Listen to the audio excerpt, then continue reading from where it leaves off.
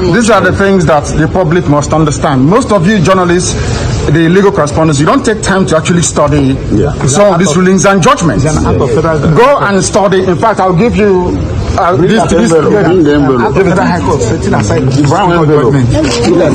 Where is it? I'll give it to her because I think she's a bit more. Give her the sugar judgment. Can you hold this for me? Yes. She can. I want to let the whole world understand something very, very clear.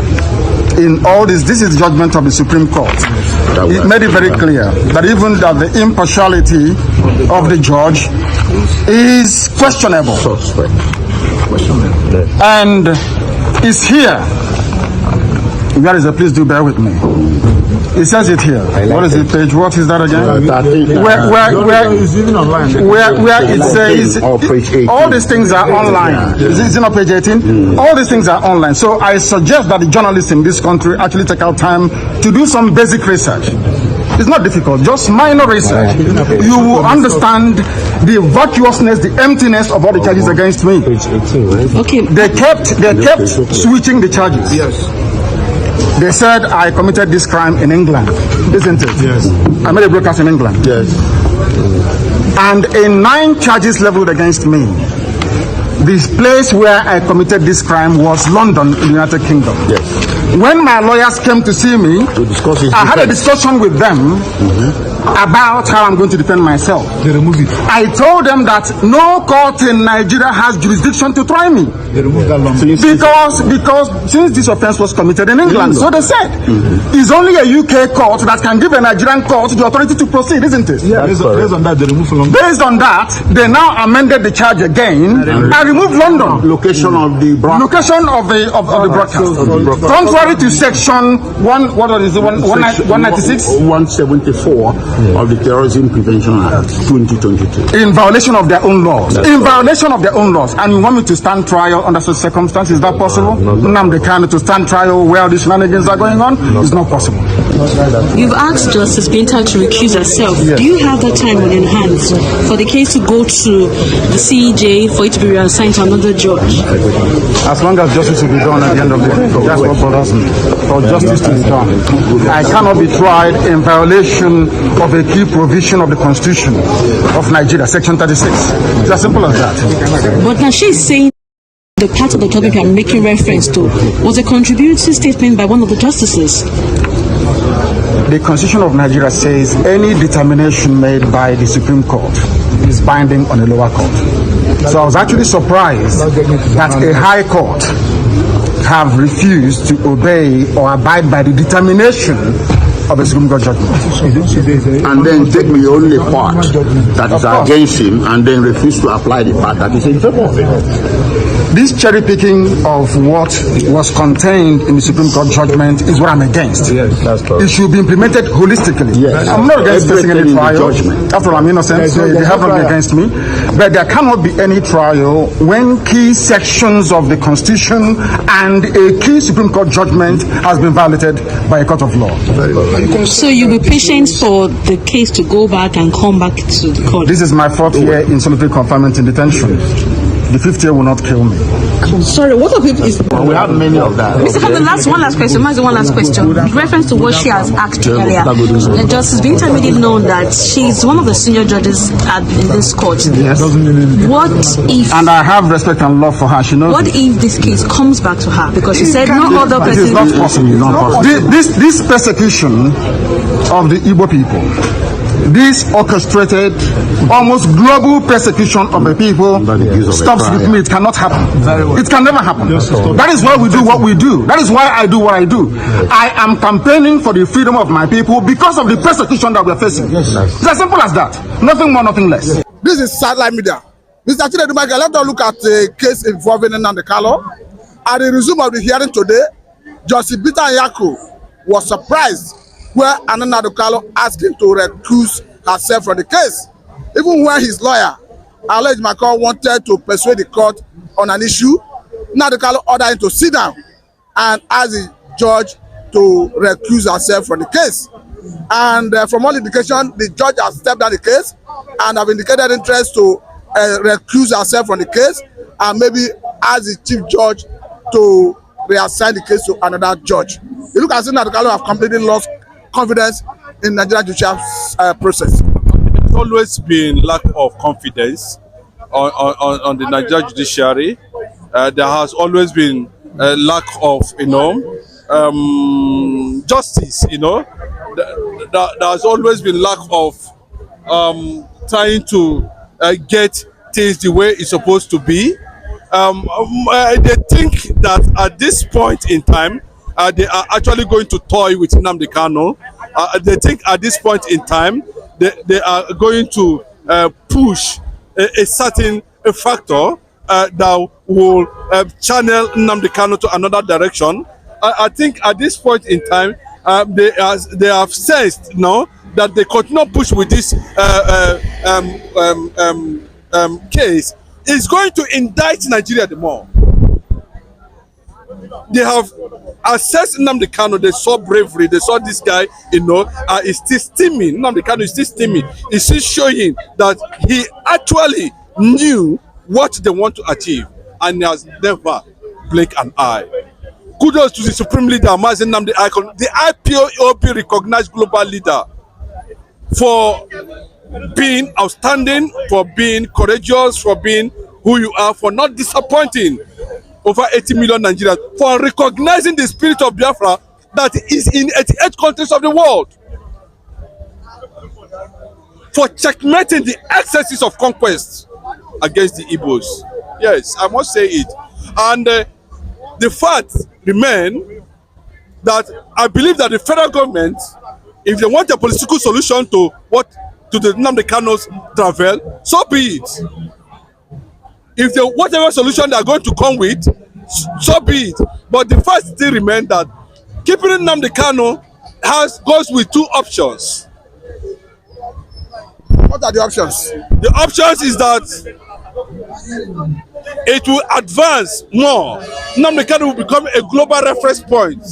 And while we are making reference to Nnamdi Kanu's illegal detention, we are putting the Biafran agitation at the forefront. The spirit of Biafra is, moving around. It's hovering around. Everybody is taking a breath of it all over the world. Nnamdi Kanu, even in the United States, everywhere you go, they are talking about how the issue of Biafra, even the AU recently, where one Idowu Ayo, a commission appointed under Nigerian government, and went there and stopped the documentation and the processes of the Biafran Charter in the AU. The Biafran government in exile is saying that we are going to restart that process. And of course, if you look at it very well, AU is becoming a threat to the black continent, to the Africans themselves. ECOWAS is another threat, let me put it that way. They were there when Burkina Faso pulled out, Niger pulled out, a lot of them are pulling out because they have discovered that this is just a union where African leaders gather and share looted interests from respective states. Okay, I'm coming and say they are AAU. So, whether they accept the reality or not, the people who are responsible, who understand the definition of humanity, who understand the definition of resistance, who understand the definition of freedom, knows what to do at any particular time. Like I said this very clearly, Simon Ekpa, yes, I think if actually Nigerian government is threatening their correspondence to AU, ECOWAS, of course they have done the right thing. They've activated already the international diplomatic channel. They have seen them and bringing closer Mike Johnson, who is the speaker of the free world. I'm talking about the speaker of the United States of America, who has identified with the issue of Biafran Charter, and of course the convention that's going to take place in Finland any moment from now. Of course, similar thing has also been extended to Biafran, including South and South professionals, to attend. Not just come and see. We are not asking that we declare Biafra. We are asking that the world look at it in solidarity and restore a nation that has existed, and give it the required support and concern for the nation to germinate and breed.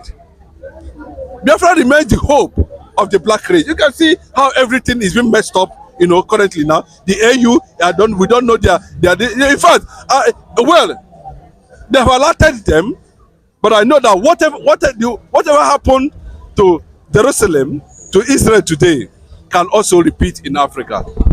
The United Nations can wake up one day. The United Nations Security Council can decide on the behalf, and nobody can do anything about it. So Nnamdi Kanu is representing. Whether they leave him, we are advancing. Whether they keep him, we are advancing. So it's left for them to know that Nnamdi Kanu equatorially. The question I wanted to ask is, because before now, I think in 2018, UN, the arm of UN that has to do with people that are detained arbitrarily, have asked federal government to release Nnamdi Kanu unconditionally. And up to now, UN is still waiting for Nigerian government to do that. And we are in a situation where the judge have accepted that she's going to recuse herself. Should the judge recuse herself and return the case file to the chief judge, and perhaps a new judge has signed that case, do you think that judge can rekindle the hope and confidence of Nnamdi Kanu, particularly as Nnamdi Kanu is accusing this current judge of not obeying the court order that have set him free? Well, where is he going to? Don't you know that the judicial is under the federal government? The Nigerian government is the unseen hand that controls the judiciary. Nnamdi Kanu knows that, and that process has been challenged. If he's stepping down, he's not stepping down because they want to perform legality. The judge is stepping down because another era of fanatical attack and position and union and gang up is coming. His own era has elapsed and he failed in trying to persecute Nnamdi Kanu, or he carried a secret agenda against Nnamdi Kanu. That's what happened. That's the truth. What we are seeing is just that another era of the same gang related, like the one that is stepping down now. Of course, they have already asked him that, of course, if they continue like that, they withdraw the case from the federal government and they will down the consequences. The IPOB has made that very clearly. So it is on a good note. They step down whatever they want to step down. Then we know they are going to bring another gang-related judiciary or judges, you know, who are interested in terrorizing freedom to take over that position. And if they can, like the Bible says that they can only talk about carnality, but the spirit, nobody. It's only God that has the power to take the spirit, to do with the spirit whatever it pleases. As long as carnality is involved, nobody can subdue. Last, And nobody can even subdue Mazi Nnamdi Kanu. Mazi Kanu is going to see. They have not seen anything. but, lastly on this, let me ask you, what are the likely implications of federal government not obeying the UN order that asked them to let the man go? Yes, they are documenting it. You will not know.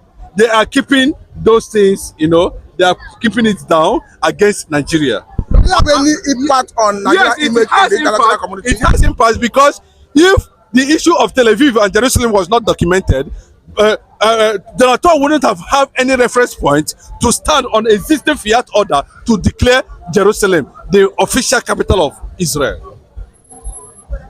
So, whatever they say, releasing Nnamdi Kanu, this boy is a UN boy. He went through the process. What he's doing is not illegal. You know, UK said a lot of people are talking about it, and you keep quiet. You do, those things are being documented.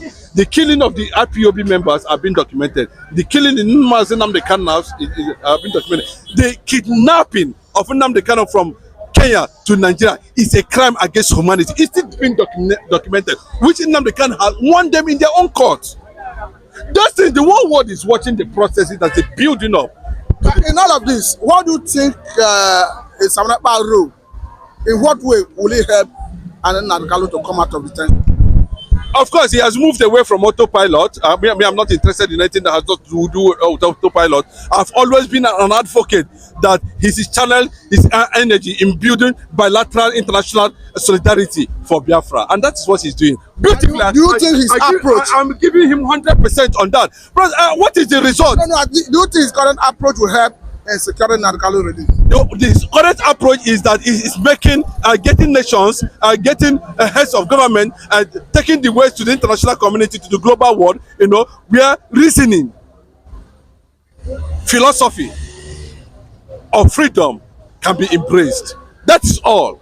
Every other thing, I'm not interested.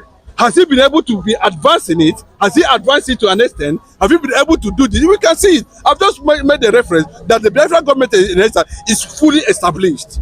Just like when the Chawisma started Zionism in Russia, before he moved to present-day Israel. So the Biafran government has all the Republican powers as government in exile, and that is what they are expecting, both at the international level and at the global level. Thank you very much, Mr. Chinedu. I think this is a good place to let it go. As always, I say a very big thank you for doing justice on this issue. Thank you very much.